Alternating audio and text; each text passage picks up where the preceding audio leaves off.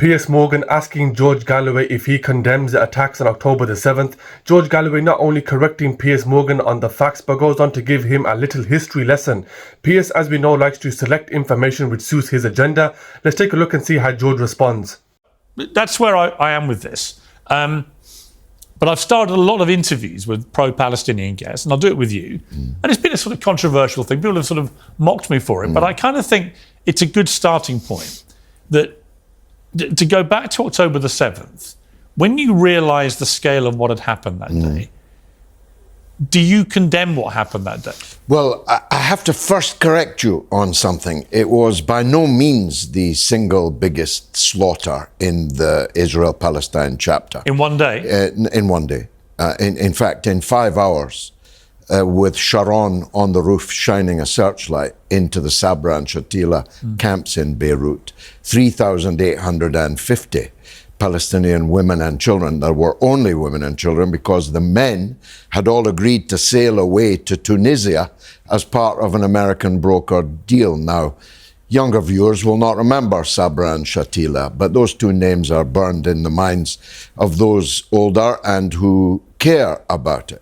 So that's triple the actual death toll on October the 7th. Well, nearly 7,000 more were wounded on October the 7th. Yeah, but the fact that you thought, I mean, disrespectfully, that this was the biggest single day of slaughter is part of the problem. As George mentioned, a huge part of the problem is reporters not actually knowing the facts to begin with. The numbers are not disputed, and the Institute of Middle East Understanding, as well as many other outlets, all report the same or similar numbers. Not only that, but as George said, a large proportion of them were women, children and the elderly. Many of the victims reported were not only killed, but are raped and mutilated. So when you have the likes of Jonathan Conricus, former IDF spokesperson, spitting lies, in fact the Israelis committing these atrocities all along, and they always have been. Also despise that Piers moves away from the numbers very quickly and almost tries to justify it by saying, well, 7,000 more were injured.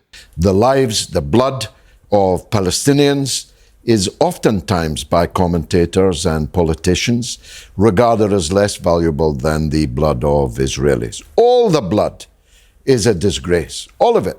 And insofar as terrorist acts are committed by Palestinian organizations, by terrorists I mean the harming, killing of innocent civilians, of course I condemn that. So do you accept, on that then, do you accept, because the number you gave for the other atrocity, which is what it was, is disputed, you know it's disputed.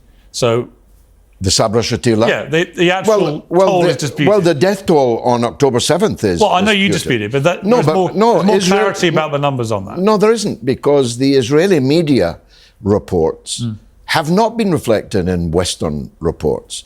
But the Israeli media all the time reports that significant casualties were inflicted by Israeli forces themselves, and deliberately under Netanyahu's Hannibal directive, which states that no one should be allowed to be taken hostage, kill them, rather than allow them to be taken hostage. But over 230 were taken hostage. Yeah, and taking women. And the latest figures are that 1,143 people were killed in the initial series of terror attacks, 373 of whom were linked to security forces, 766 of whom were civilians. Now, you've questioned those before. Do you question those now? No, I question who killed whom, but I don't eschew condemnation of the killing of innocent civilians. If you show me an old woman who was killed by a Palestinian fighter... Well, they showed it themselves. I mean, they broadcast many of the atrocities to the world. I absolutely condemn that. I also condemn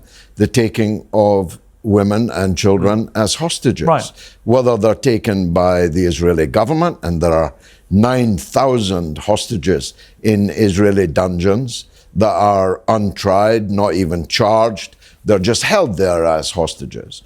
And I condemn the holding of civilian hostages do you think in Gaza. Do you think what Hamas did that day was a terrorist attack? Well, the parts that I'm talking about were undoubtedly a terrorist attack. But if you see, I wasn't expecting you to say that. And the reason I think it's significant, George, is a lot of people are sat in that chair on the Palestinian side of this debate, and they have including Jeremy Corbyn, I might add, who have resolutely refused to condemn what Hamas did that day. And I find that very difficult to get past. Well, I've often... I understand that. I've ended up with 20-minute debates, as I did with Corbyn, about it, because I don't see how any human being cannot tell that what it is. Killing innocent civilians, whether on London Bridge or on the London Underground or at a music festival, are terrorist acts because they are punishing innocent people for the crimes of guilty people. Now, I was underground as an agent of the ANC